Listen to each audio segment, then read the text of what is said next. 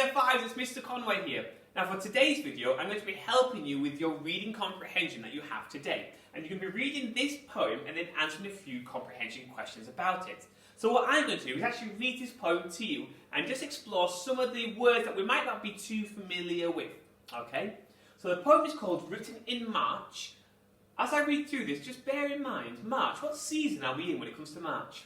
Because a lot of that comes up in the poem.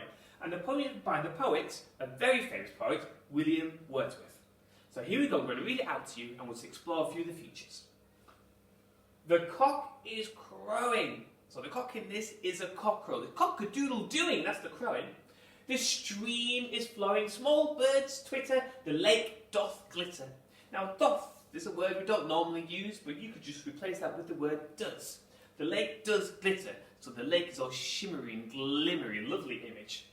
The green field sleeps in the sun. I love this line, great use of personification. The green field, which is not a human thing, sleeps in the sun.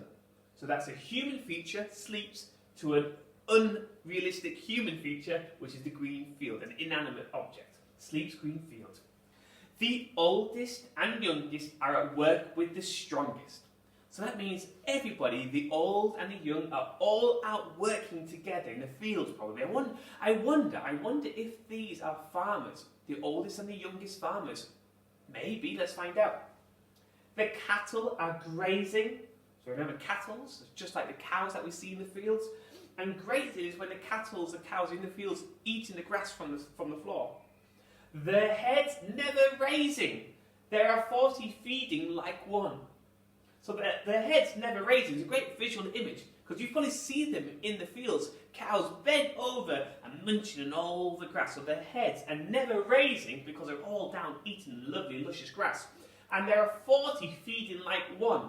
Now this makes me think that there are about 40 cattle in this field, but because they all have the hunched over and eating the grass, it looks like there is just one big cow eating all the grass. Like an army defeated, the snow hath retreated. So again, we've got one of those words we don't normally use, hath. You can just replace that with has. Like an army defeated, the snow has retreated. Now we're in March. What season have we just come out of?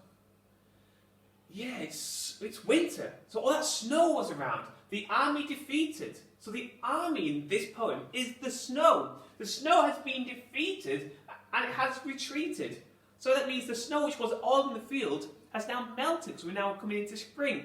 And it's slowly retreated, which means the snow has been creeping backwards and backwards, revealing the luscious green grass. And now doth their ill on the top of the bare hill. So that snow has retreated so much away from the fields that it's going back up and back up to the top of the hill, where just at the top of the hill there might be a little bit of frost still hanging around.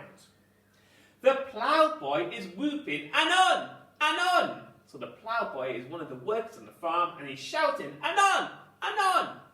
There's joy on the mountains, there's life in the fountains. Small clouds are sailing. I love this line so much. Small clouds are sailing, so the clouds above are sailing like boats. Blue sky prevailing. Prevailing is another word for lots of, as it's the strongest feature. So as blue sky prevailing means there's no more of those grey snowy clouds. The blue sky can be seen. The rain is over and gone. So there we are, Year 5s. That is the poem Written in March by William Wordsworth. Lots of lovely imagery in there. It's now over to you to have a go at answering those comprehension questions. Have a really good day and I hope you enjoyed this poem as much as I've enjoyed it. Goodbye!